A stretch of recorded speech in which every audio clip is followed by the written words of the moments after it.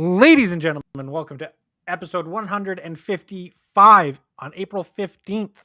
I am your host, Jake Hughes, alongside the old man. Old man, how the hell are your air drums going over there? Well, at least you knew I was doing air drums and not having a seizure or something in my. Well, to be fair, if you didn't respond after I threw it to you, then I probably would have asked about it. But. Do you even know my address if you had to send the ambulance? Nope, not a clue. Actually, that's not true. It's in the chat because I have it in my maps because I was out there a couple weekends ago.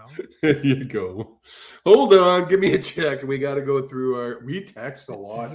Rico, hold on, ambulance. We're still. I'm scrolling. I am doing good. I had a good day. I went down rabbit hole after rabbit hole, having nothing to do with sports. But has everything to do with posting on Facebook and marketing. And wow, what a day it's been. It's almost like that's like a whole degree for people to go to college and get and learn how everything goes. But they have this thing. They have like Buffer where you can schedule all your posts for Facebook. Yep. And they got Manus 1.6 Lite that Meta came out with. That'll design all your posts for you and design pictures. And whew, it's been a fun day, dude. I'm glad you had fun. Yeah. Let's just jump into it. Jumping. Because you know who wasn't having fun last night? Whom? Rick Bowness, also known as Bones, former assistant coach in Vancouver. We're going to start with that? Okay. Yes, I think we should start with this because I think it bleeds into Canucks talk very easily. I watched that over and over this morning. So before we jump into it, do we want to play the clip? Yeah, let's play the clip and then I will discuss it. Then you'll discuss it. I'll discuss it. Rick, you've been a part of a lot of games and a lot of seasons. Have you ever been part of something that's as frustrating as this has been down the stretch?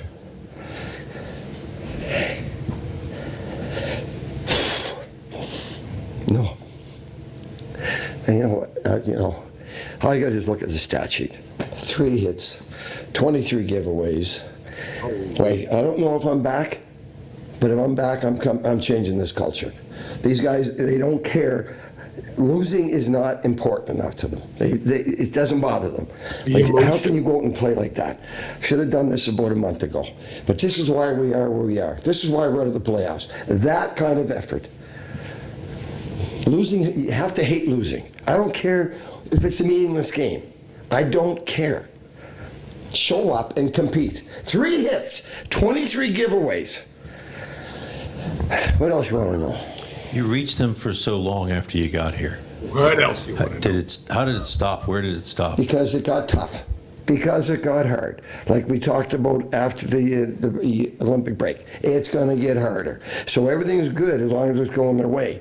And now it gets tough, we don't want to battle back. And that's what's happened over the last a couple of weeks. That's all that's happened. We're going to change that. If I'm back, I don't know if I'm back. Don and I will talk. We'll get to that. But man, oh man, some of those guys are so lucky the season's over and there's no practice tomorrow. Anyways, and there's no more games. What else you want to know? What else you want to know? I'll leave it at that because he keeps going on. I think this is like just the clip from that's just raw and it's like 3.5 minutes long. What else you want to know? Talking about a coach with some emotion, eh? Yeah. Can we get him? Can we bring him into the Canuck organization? So Columbus Blue Jackets in the last 11 games went 2-8-1 to drop out of the playoffs. Yeah. And Bone said in there, well, what happened? It got tough. And we quit. Of course it got tough. You're in the NHL. What are you talking about? I would love to have been a fly on the wall if they were showing that clip live in the dressing room to the players. because you can guarantee you could hear a pin drop in that dressing room without any, because each and every one of them were like, yeah, we fucked that up. Or they're being like, we didn't quit. It was just really tough. We didn't have the supports we needed. Which one do you think it is? Well, if there wasn't a certain player on the team that had already given up in 25-26 and got traded to Columbus, number 8 Connor Garland. Oh, right. I think Garland went there. Garland went there, scored like 3 points in his first 2 games. Right. And then went absolutely dry for the rest of it. And then stopped when it got hard, stopped trying. Interesting, they say. But the thing that I love the most out of that, and we've talked about it here on the show, we've talked about it personally, and the only thing is, I'm assuming you've never seen the show Shoresy. No. I think it's a great show. You probably wouldn't like the humor, but if you watch the first episode is how the team's about to fold because fans aren't showing up. It's a junior team, and one of the players goes in and says, "Bring me these guys, and we can win, and we'll get the house packed again." Okay, I have seen ads for that. Yes, and the GM lady says, basically, how are you going to do that? Like, what's wrong with the guys you have? And he said, they don't hate to lose. Right. They like to win more than they hate to lose. And that's basically the sentiment that Rick Bowness was just talking about there was things got tough and they're okay losing. They don't like to win more than they don't like to lose. Yeah. Right. And I mean, that's huge. You're getting your paycheck. Yep. Thus, when I worked, I loved commission because the harder I worked, the more money I made. Yep. Simple as that, right? Like it's not maybe, rocket science. Maybe they should go to $1 million salary for everybody and give them incentive bonuses for the rest. Trent, I was working. I was sending a tweet to promote our show. So you just sit back and watch the show. You let us run the show, sir. Us run the show or me run the show? Hey, I show up. You show up for the show. I'll give you that. But no, I think there's a lot of sentiment that Rick Bowness said that I wish Adam Foote could have said earlier this season. Yes. Luckily, we've gone on a kind of a stretch here where we're playing kids. Things are kind of looking more positive. Hey, we got 3 wins in a row. What are we talking about? It's the 3rd time it's happened this season. It's freaking amazing. We could finish with a 4-win stretch. Hey, look, I know you're being kind of facetious. I'm holding on to any grasp of happiness from this terrible season.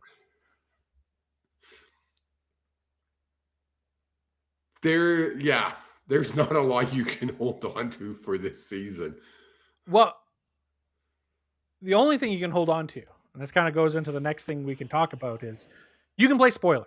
The Canucks have played spoiler pretty well the last 3 games against 3 teams that are in playoff contention, battling for points for seeding. Well, last night's game? No. Was it last night's game? Yeah. Who are we playing? LA? They were already clinched. Everyone's clinched. Like every position is clinched. Yes. But their seeding in the West is still up for grabs. Mm. So okay. We'll give them that. We've played Anaheim and we've played LA. Right. We're now playing Edmonton tomorrow. Right. So we can make Edmonton not be a home team. We can make Edmonton, if the Cards lay as they will, have to face Colorado Avalanche, and the Oilers would finish in the 2nd wild card position. Isn't that crazy how tight that is, though? Like, that's crazy when you think about it. Oh, it's I mean, it's really sad when you look at the point totals, but I'm going to bring it up here because Yeah. So Golden Knights are not locked in first with 93 points. If there's so much movement that can happen here, but basically the Utah Mammoth are almost guaranteed the first wildcard spot. Los Angeles Kings play tomorrow. If they win, the Ducks win, and the Oilers lose to Vancouver, the Oilers will finish with 91 points.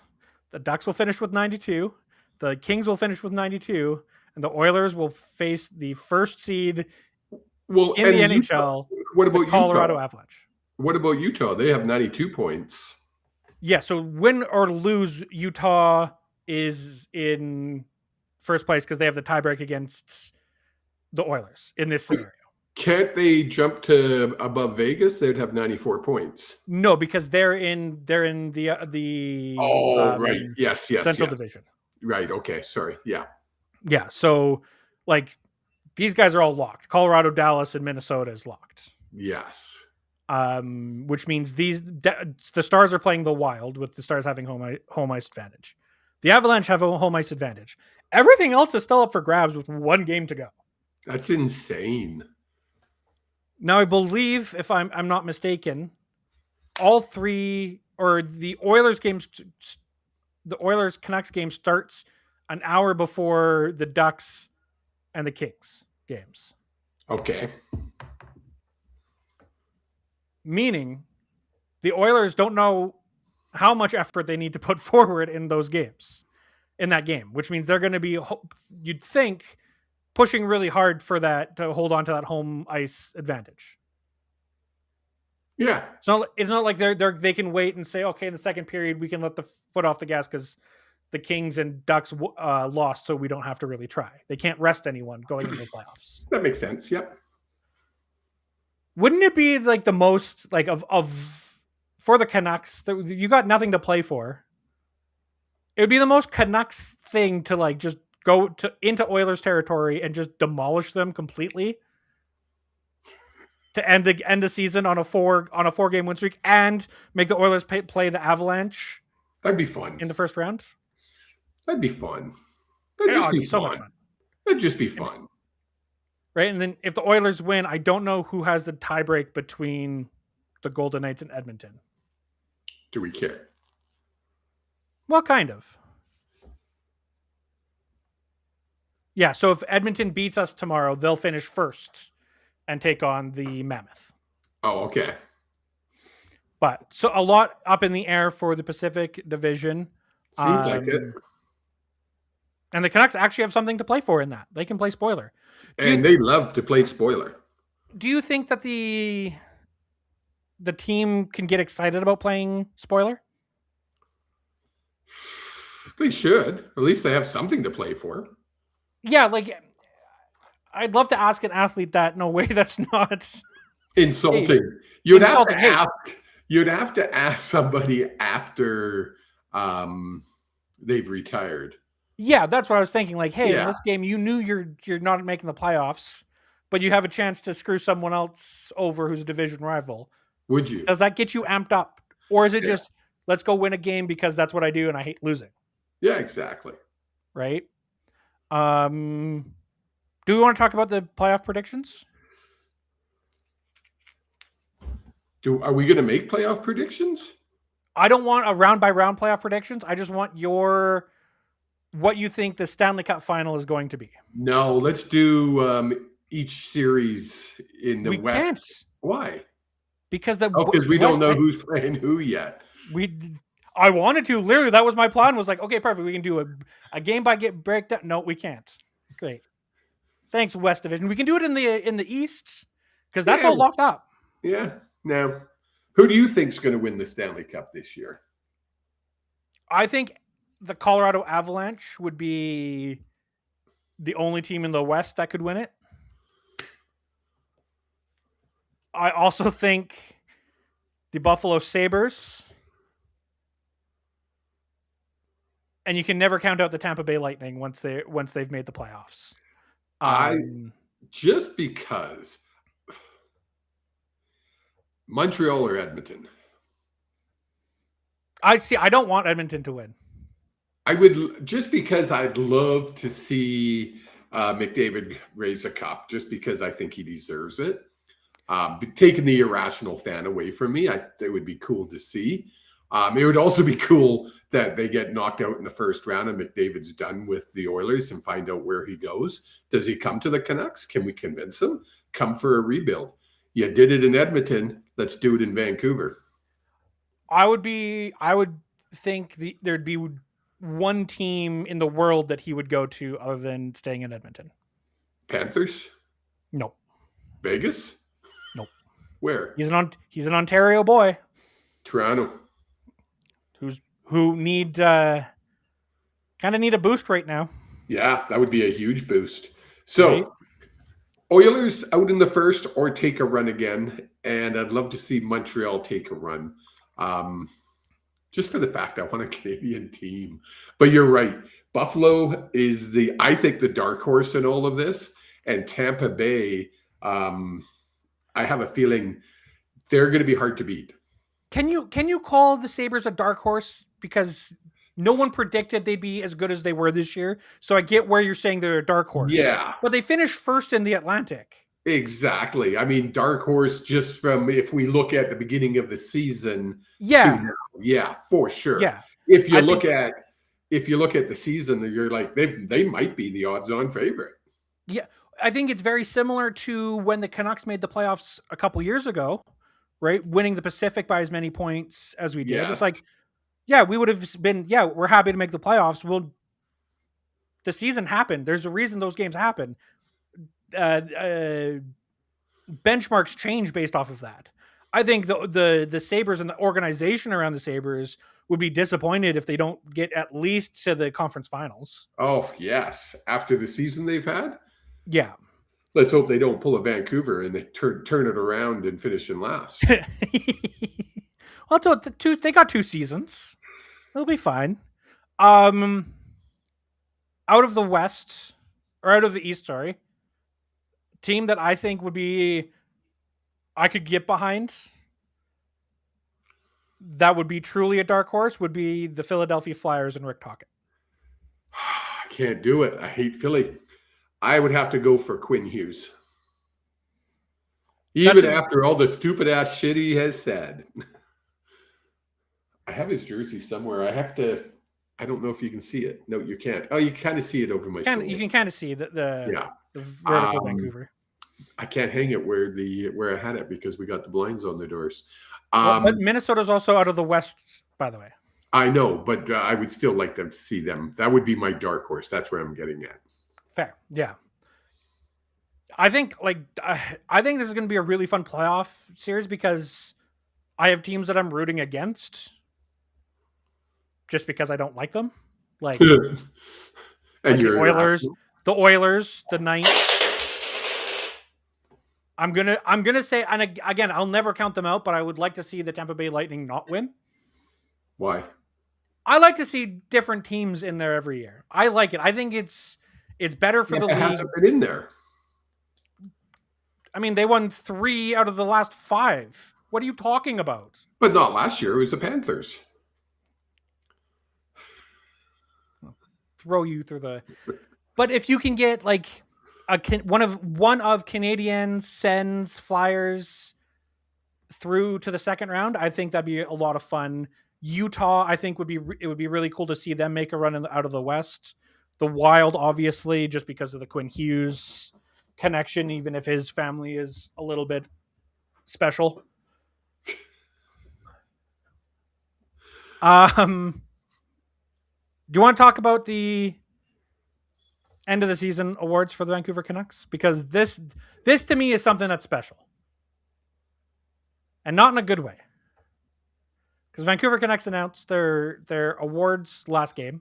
How can they actually have any awards? Nobody on this team deserves an award. Nobody. To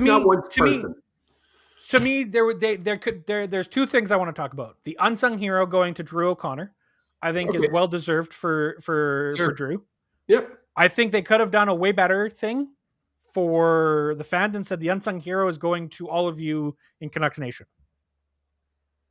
The fans are the Unsung Hero. You stuck through us through this shitty season. Yes, we've had some bad, like this season sucked. We're dead last by a landslide. Yes. The fans stuck through with us, so that's why we're giving you this award. Yeah. Secondly, they announced last night the Cyrus H. McLean Trophy. Cyrus H. McLean Trophy is for the Canucks leading scorer this season. How can you announce a winner of a trophy when there's still a game to be played? And it's not like Elias Pettersson, who won this, in quotations, won this award, has a 10, 15-point lead on anyone else. He's just barely, isn't he just up like 1 or 2 goals? I think it's like 2 points total. Like I think he's at 50 points and Hronek's at 49 and Besser's at 49. Like That's weird. it makes no sense to me that you can even have that as an award. Are we surprised? Really, No. are we surprised? No, I again want to highlight the specialness of the organization, that they felt like they needed to put these awards out. You could have announced all the other awards and just waited to announce them until the end of the season. Yeah. That would have been But no, we got to to do it all on our last game, because at home game, because we got to drum sales up for these tickets, because they're going for $30 on the secondary market for lower bowl seats. God forbid people can actually afford tickets to go to games. Exactly. Okay, that was my Are you little okay? rant.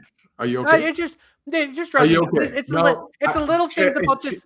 It's check-in time. How's your mental health, Jake? When it comes to this team, the negative 200.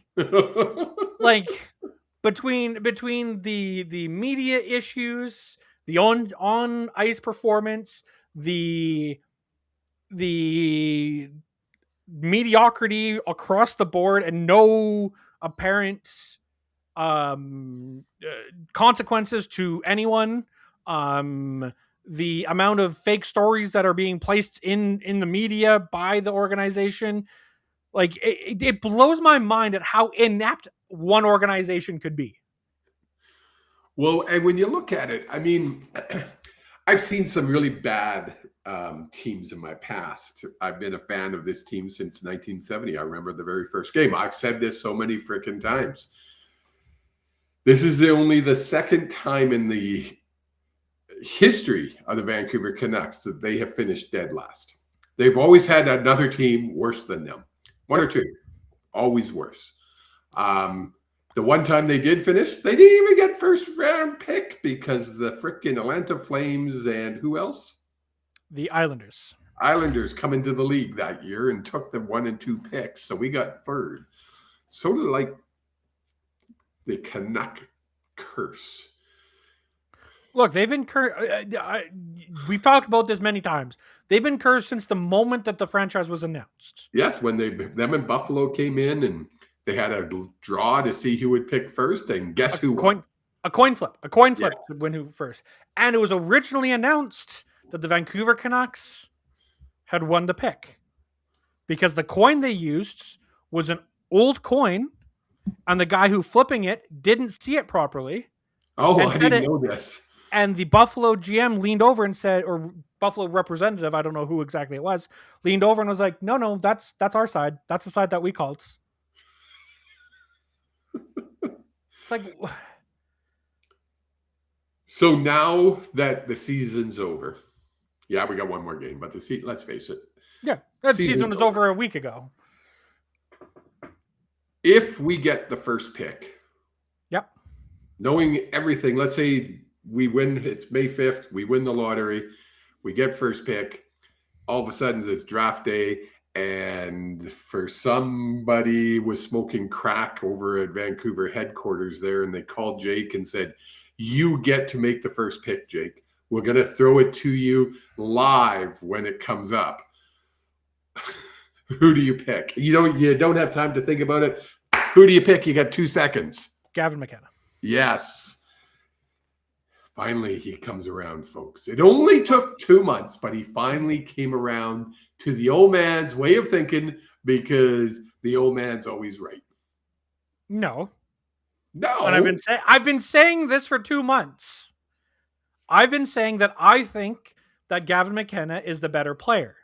I also think that there's a lot of people who are smarter than me that say that I can't think of his name right now.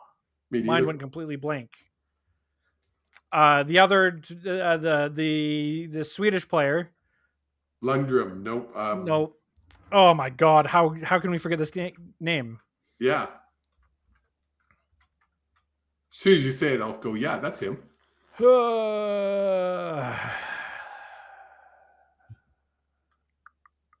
But you were saying not to pick Gavin McKenna. Ivor Stenberg.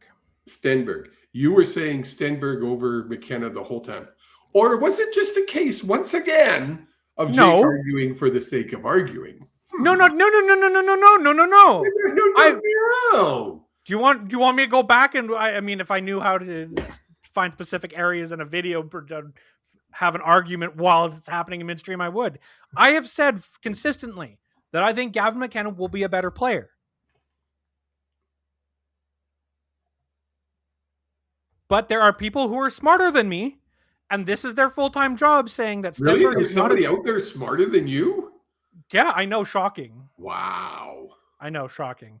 That Stenberg is on par or better in some people's opinion than Gavin McKenna. I also think, in my personal opinion, I don't want to win the first overall pick. Because we'll screw it up. Oh, it's going to be fun. May 5th. Hopefully, should we tell everybody what's happening with the podcast or wait till the end of the show? We can wait till the end of the show. Okay. Caleb Malhotra, Manny's kid. Yeah. Shooting up the draft board rankings, is now the top ranked center in most I've seen that places. Which shocked. I have seen people saying it's not a reach to pick him at 3. I've seen some people saying picking him at 2 would be considered a small reach, but a reach. He came out of nowhere because nobody talked about this kid all season. Yeah, he was much lower on the draft rankings. Like he was down into the teens last time I looked. Yeah. That's how good of a season he's been having. He's playing on a line, or was playing on the line with the Bulldogs in the OHL. Yeah. And he was playing center. Well, the year older first round pick who plays center was playing on his wing because he's that much better of a center. Wow, eh? Put up decent points. 67 games played and 84 total points, 29 goals, 55 assists. So what we're saying then is no matter where we pick, it sounds like we should have a decent player joining our team. But it seems like the top 5 are going to be ready for the NHL. To a degree, yes. Like the Caleb Malhotra is already committed to Boston University, so he's going to play in NCAA next year. If the Canucks get the 3rd overall pick, there's a lot of ifs in this setup. The Canucks move on from Adam Foote, and they have not announced a head coach. They have not announced that Manny is the head coach. Does that make Caleb Malhotra a no-go? Can you not pick him if you're picking 3rd and Manny is still in the organization? And that's a tough one, eh? But if he's that good, why punish the kid for being the coach's son? But is that now signaling to other teams that Manny's not going to be the coach of the Vancouver Canucks? Or that they just don't care and nepotism's fine? I mean, it is the Aquilinis, so that's probably the road they'll take. But Will they I be think at the draft, or are they going to be in court still? Oh, sorry. Shh. Well, no one's going to the draft. Remember, they just started doing it all virtually. I hate that. That sucks. Yeah, it's dumb. But hopefully they do it better. Remember last year how horrible it was? Yeah, it was painful to watch. I think I said this on the show. I think that was intentionally done by the NHL and Gary Bettman To make it bad. Because Bettman doesn't want it to be virtual. Bettman likes having everyone there because then he can control his monkeys and they can't talk without him finding out about it. Yes. Right? If it's virtual, well, then they're having virtual conversations and he can't monkey control them. Because how does they know they're not on the phone talking to somebody on the phone? Exactly, right? Right. So, I like it though. I mean, I like the fact that he doesn't like it, and let's bring it back live, man. Everything's folks, live is so much better. Folks, you've heard it here first. Live is better. But also, the Hugh Sports Podcast has agreed with something that Gary Bettman has either said or wants to implement. I think I also said I don't want the Canucks to have the first overall pick. Sorry, I'm going to put my mediumship hat on and see if hell froze over. I was just gonna say I don't know if hell froze over, but I think we're close. Anyone see any pigs flying? Shit! What was that? Well, you are in Rancherville, so yes. Anything else you want to talk about in the world of the NHL? I'm glad this season's over. It's been like we've been doing this. This is a third season we're covering now since we started our podcast. I think so. Yes. Yeah, 155. I'm not going to lie. It's been really hard to get motivated to do these shows. Oh, this is. I mean, every other year we had a hope. We had a dream. I have a dream. We can do this. I was always the positive one. You were the negative one. You almost got that point right, too. It's only been 3 years. You were the negative one. I was the positive one. You pointed to did you just point to the screen to point at yourself? No, I pointed to myself. Jerk. This year, there's been no positive. You've tried a couple times just to be the devil's advocate, but you could just see on your face. Well, you were just like, okay, I'm going to say this, but I don't really mean a word I'm saying. I just want to rile up the old man. I also came into this season saying I was going to take a positive spin on the season. No matter what happens, I was going to be positive. You did say that. That lasted for about a fucking month. I was going to say, that's funny because I was going to say, I think that lasted about 4 weeks. And it's just been spinning around the toilet, being ready for the season to finally go. And tomorrow we're finally hearing that final blub blub blub of the toilet flushing. And now we can go CFL, CFL, CFL. I mean, we do have 2 months until the CFL. Let's calm down, everyone. Not really. Training camp starts relatively quickly here. You're right. Training camp starts soon. The first real games don't start for another 2 months, just under 2 months. June. Yeah, I guess so. Yeah. 7 weeks. It's okay. What are we gonna do for 7 weeks? We're gonna have to maybe the show might be good with a little hiatus for 7 weeks. We can't do that. Well, we could when I go to Japan, we could take that hiatus. How many weeks are you in Japan? Almost 3, I think. Well, that's half. We're halfway there. We're halfway there. Halfway there. Oh, sorry. You're gonna get us demonetized by your beautiful singing voice. Because everyone can tell that was definitely Alan Jackson, right? Yeah. Yeah. Let's talk about the CFL. Twang? Well, you're from the country now, so everything comes out with a twang. Twang. In the CFL, I guess just football in general. You watched an overtime game of the UFL. You messaged me. I was out officiating a football game, and I come back to, oh my God, I'm watching the UFL. The explanation of what happened, what the fuck? And like the only thing I could say was what? Like I didn't understand what you had said to me, even though it was clear as day. So I want you to describe I everything. don't think I can, but I'm going to give it my best shot. So in the UFL, the overtime goes as following. And while I'm talking, can you check? Is it 3 or 5 tries? Each team takes the ball on the 5-yard line and they try to score an extra point, which is 2 points. And I think it's 5 tries. It's 3 tries. They each have 3 tries at it. Oh, it went 5 because they try, yes. And so after the 3, if they're still tied, then it just goes to sudden death from the 5-yard line. And the first offensive team to put the ball across the end zone wins. So no, it's basically just a shootout where you right, like for the NHL shootout rules, you each get 3 shooters, and then it goes to sudden death. Pretty straightforward concept.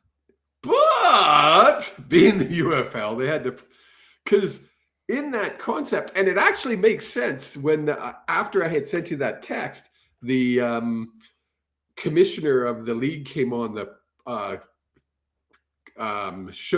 broadcast and explained why they do what they do. So what had happened in this game is on the second, they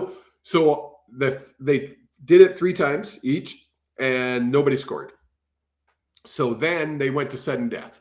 And on the first, for the Storm, the first try, there was a defensive pass interference call. And so then they got the ball at the 1-yard line and didn't get it in because for some reason the quarterback decided to run back 4 yards and hand the ball off when they were at the 1-yard line. So they actually started at the 5.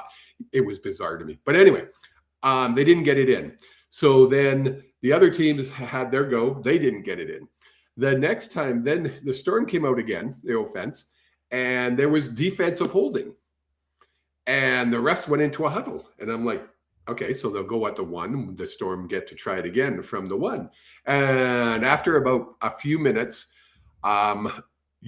what's really cool with the UFL is you hear what the ref is being told from the replay booth. You also hear the coaches are mic'd. So you hear what the coaches are saying. And the coach is screaming, we won, we won, we won. That's 2 penalties. So in the UFL, if the defense in this overtime scenario commits 2 live ball fouls, then the extra point is considered scored. It has to be 2 live ball fouls. So offside, I don't think would count. But once that ball is snapped, that would be considered a live ball, I would imagine. And yes. The reason they bring this in is, can you imagine?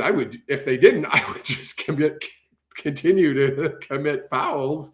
And what are they going to do? So they wanted the game to end sooner or later. So this is why they brought this rule in. And I thought it was a pretty cool rule. And the Storm went undefeated.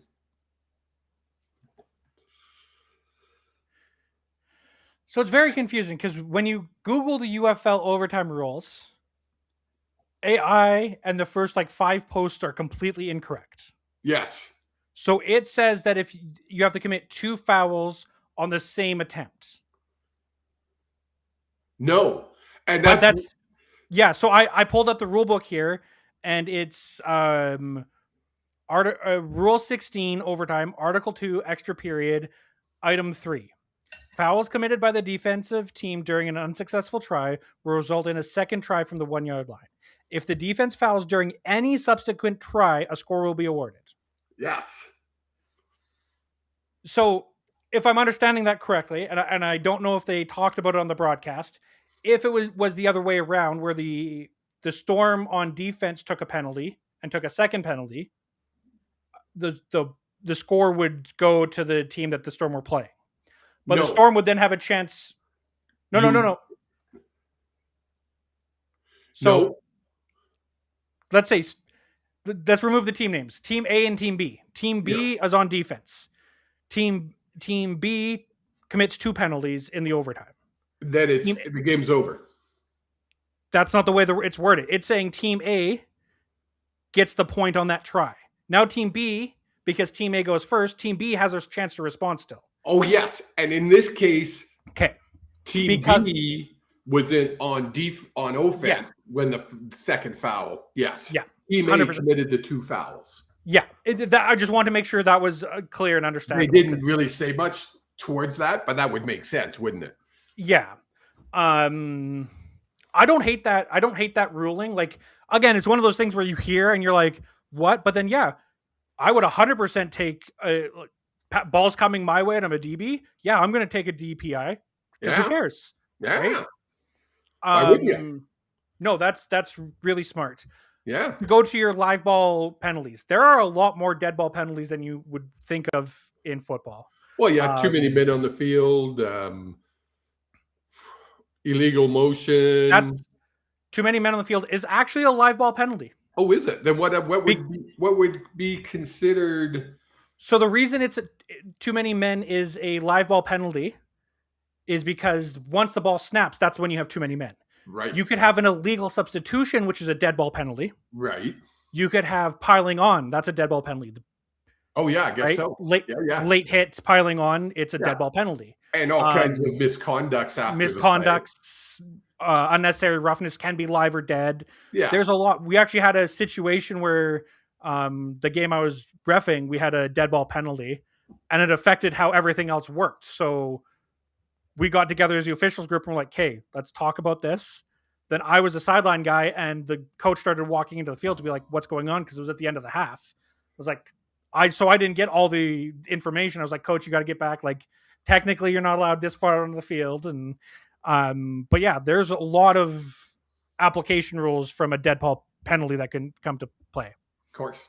So the game itself, I watched probably 3/4 of the game. It wasn't bad football. I enjoyed it. Now, what did you were the proponent of thinking their field goal rules were crazy and ridiculous? There was never one that was even close to being 60 yards. So in that game, but in this weekend there was a 60-yarder that was scored for 4 points. Yeah, good thing it wasn't 59, but it was 60. Now, extra yard. Do you think that's going to ever incentivize teams to make that decision to try a 60-yarder? Sure. I mean, why not? I mean, especially if you're down by 3. Do you try for or you honestly, my thought is, okay, you've got 20 seconds left on the clock. You have 1 timeout left, you're down by 3. Conventional football says, okay, run the ball to the middle field, call your timeouts. Yeah. Just to get that 2 or 3 yards extra. Ball's on the 60. You can run that timeout, and if you have faith in your kicker kicking that extra 3 yards, well, now you win the game rather than forcing overtime. Well, right. So I guess it would. So yeah, I'm going to say yeah. It's something interesting I'm keeping my eye on. Anytime I see something from the UFL, it's like, is it? No, I don't care. Is it? No. Yeah. No. Anything else from the UFL game that you saw that you wanted to talk about? Not really. No. I like the mic, how the coaches are mic'd. I like how the replays are mic'd. The production of the game, the actual production the broadcast that we saw was very well done. I thought highly cool. Yeah, it was really neat. So obviously not to the level of NFL, because that is like some of the best produced. Yeah, you're not going to. They don't have the money the NFL does to. No, but that way. But are they at the level? Are they ahead of the CFL in their broadcast? Quality? Way ahead of the CFL. Just the clarity, everything about it was just really, really good. Would you put them on the same level as like the NHL quality? Because I think there's a lot of things that the NHL doesn't do, whether it's Sportsnet or ESPN. Like there's just not a lot of extra production unless you're on Prime. Yeah. On the prime Monday night game. So I would put it to like the prime broadcast of an NHL game. It would have good. Yeah. It was good. They good told quality stories. The announcers were engaging. I enjoyed it. It was fun to watch. It kept me engaged. You didn't have an announcer screaming because his favorite team scored? I'll punch him. I'll punch him in the... But let's talk now about the CFL. What CFL news is going on in the world? Because I have not been as connected as you have. Has there been a lot of CFL news? The combine's come and gone. The combine kind of came and gone. Unfortunately, we couldn't get there, which sucked, but whatever. I'm just pulling up some notes here. Did a bump. Oops. Sorry. And while he's pulling up notes, I'm going to tell everyone here. If you're liking what you're seeing when you're watching live here, drop a comment. Tell us where you're watching from. Hit that like button. If you're watching on X or listening at a later time, post this out to your friends. Give us a 5-star review. Please, that helps us so much in the growth of the show. And comments really help as well, believe it or not. Even if we don't respond to your comments, have a chat amongst yourselves in the comments. That really helps the algorithm. So as far as CFL talking points, you had mentioned that the Winnipeg Blue Bombers announced, what was it, a $12 million profit or something like that? I believe that's what it was. I wanna find it here. That went mostly back into their stadium because they're making all kinds of adjustments to the stadium, including 2 new scoreboards or screens for replays, better concessions, better security measures where it's going to get the crowd through faster. I really like what Winnipeg has done. They really have created a really cool atmosphere to watch a ball game. Yeah, even the production and the environment for the Grey Cup was phenomenal. Just phenomenal. Just absolutely phenomenal. So the Winnipeg Football Club released its 2025 annual report announcing an operating profit of $12.1 million and an $8.4 million investment in capital improvements at Princess Auto Stadium. Yeah, that's not bad at all, really, when you look at it. Thoughts going into this? We're 2 months out. The changes this year, we both like the Rouge. The changes they're making to the Rouge, is it fair to say that? Yep. I have no issue with it. What other changes are they making? What other rule changes are coming in for 26? Well, we talked about it last week, the play clock. Oh, yes, the play clock. 35-second play clock during regular time. Again, it's still to be announced, the official, what they're going to be doing, but it does seem like the 2-minute warning and going back to the 25-second clock is the purveying winner. Now, I see from the chat, Zach. 3-minute warning. 3-minute warning. You said 2-minute warning last week and somebody corrected you, eh? They love correcting us. It's funny. I watch it. Even when I'm on the Rod Show. The people, the listeners love when we're wrong. But the thing is I do the same thing when I'm a listener. It's like, that's not I do. I am too. You screwed up. Yeah, it's Hoaglander, not Hoglander. Zach in the chat mentioned that you were at the banquet last week. I'm taking that's your coach, your referee football banquet. Officials. Yes, football officials. Was there any talk amongst the officials about any of the rule changes that will be implemented going into this season for the junior football ranks? No, because there are none. Okay, so there's not going to be as of right now. They're not going to change the 35 to a 35-second clock like the CFL. Nope. They're not following the CFL's forward thinking. Nope. As of right now, no. I mean, things can always change as the years move forward, but not a lot of that banquet really isn't the place where that gets talked about, because that's more of a celebration about the last year. But just in conversation with people, a lot of it is waiting until Yeah, a lot of talk about the CFL rule changes, but there's Football Alberta and Football Canada, like amateur wise, has just kind of stepped back and said, nope, these are the rules. This is the way the Canadian game has always been played. I mean, we always have rule changes every year that are minor, some less so than others, but I don't believe there will be any changes immediately. But it does sound like that the University of Calgary is going to be making a new stadium for the Dinos. Well, yeah. And there is a proposal that the Saddle Dome, when it gets torn down, there's going to be a improvement in the Stampede area, which will include a football field. Well, the CEO of the Stampede, or the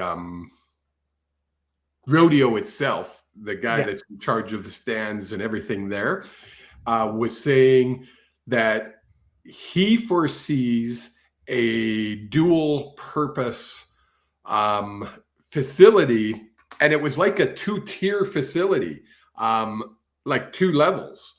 Yep. And he said, until an engineer proves me that it can't be right, apparently he's got the drawing on his desk, probably on a napkin. And he says, until an engineer tells me it's not real, it can't be done, this is how I feel we should move forward. Very preliminary, very, very preliminary talks. So they want us to believe. Let me phrase this in a way that is kosher. I have heard rumors that it's a lot further along than a piece of paper or a piece of scrap paper or a napkin and drawn out. That it's cool. That would be cool. The worst timeline in the league. The timeline that I've always seen when they were talking about this was 5 to 10 years. Yeah. I've been told it's less than that. Oh, cool. I'm not sure. Your mom, I don't know what she does, but she always posts hand pink waving. I'm not sure what that means in our chat. It's an emoji. We don't get to see the emoji. I don't see the emoji. I just see the words hand pink waving. You're supposed to visualize it. Take the words and visualize it. Duh. Yeah, it'll be interesting to see. I've been paying close attention to it because obviously being as close I've had season tickets there for 10 years or so in the past. So it's the worst stadium by far in the league. Yeah. Horrible. And before we wrap up, you want to talk about the opening game of the CFL. Yeah. So key notes or key dates. So CFL's really promoting their draft day. Does anybody know what day it is? Yeah, it's April 28th. It's 13 days away. The NFL, it's like 6 months of nothing but draft talk. The CFL, not so much. They don't. No, I was just saying the NFL. There's some channels you can talk. It's 24/7, 365 draft talk. It is. It's crazy. So May 10th is the main training camp opens league wide. So that's not far away. That's only less than a month away. That we actually get training camp underway, which is really cool. I'm excited. Might be a time to start bringing on some CFL guests from each city and start talking about it. But this is the one that I wanted to talk about. June 4th, regular season kickoff. Montreal Alouettes at the Ticats. Yep. Do you remember the day where the first game of the season was always a replay of or a repeat of the Grey Cup? Always. That's always the way it was. And it was great because that kicked off a cool rivalry. Can you imagine Montreal going in there wanting revenge against the Riders? How big they could build that up. Do it at Riderville. Whoever won the season should have it. Whoever won the Grey Cup should have that opening day game at home.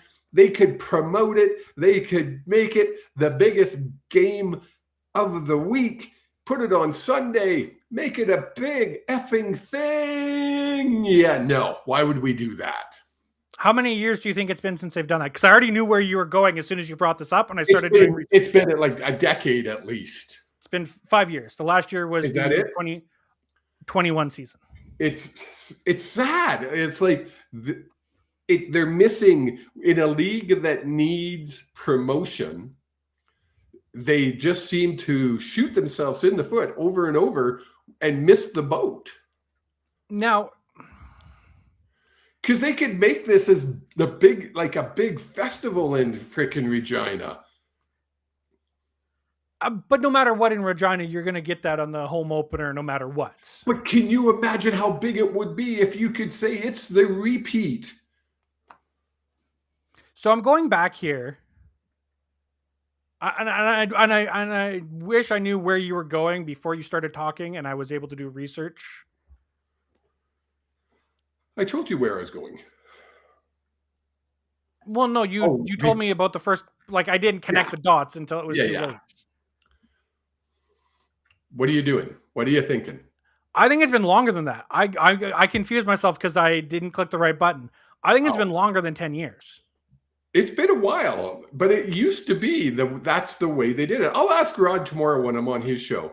Rod, if you're listening, I know you listen sometimes, but it's 8 o'clock, so that would make it 10 o'clock in Florida. You're probably in bed.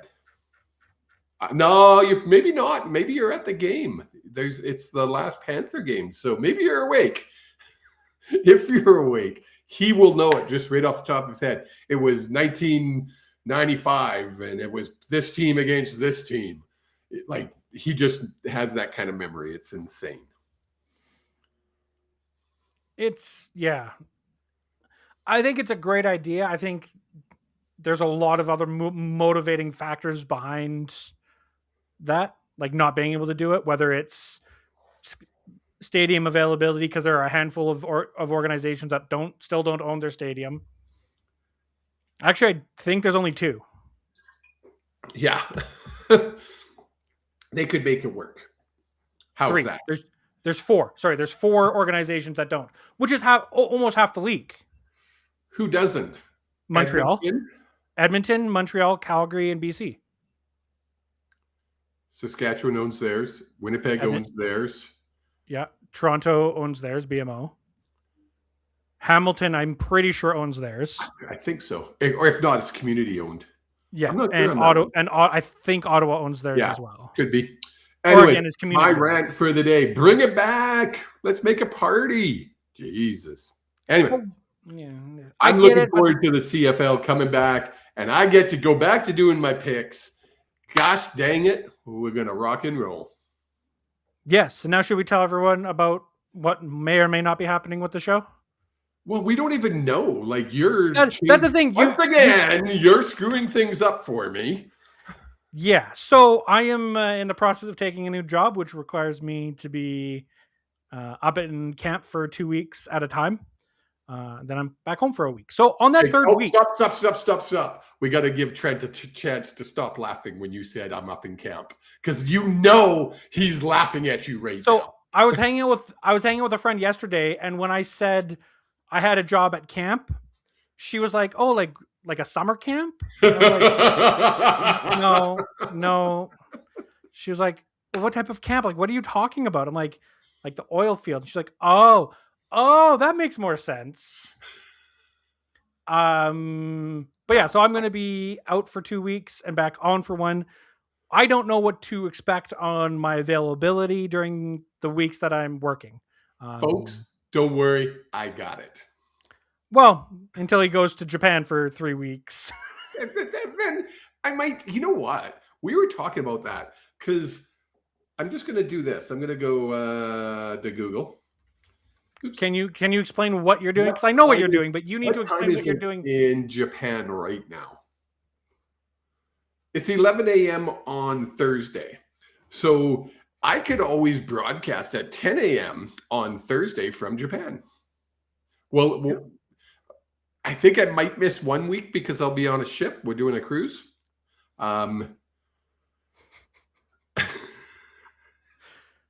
Sorry, Yeah. Trent. You got me again. But so basically what that means is I might not be live every week. I But I might be will. able, but also we might do some recorded segments when I am free. Exactly. Because I also We'll make could it be. work. Yeah, we'll make it work. The show there will always be a version of the show, unless it's preempted for like we're going to a game or the old man's decided Italy or Japan or Timbuktu or the North Pole or the South Pole is more important. Wait till But- February when I'm gone for like 2 months.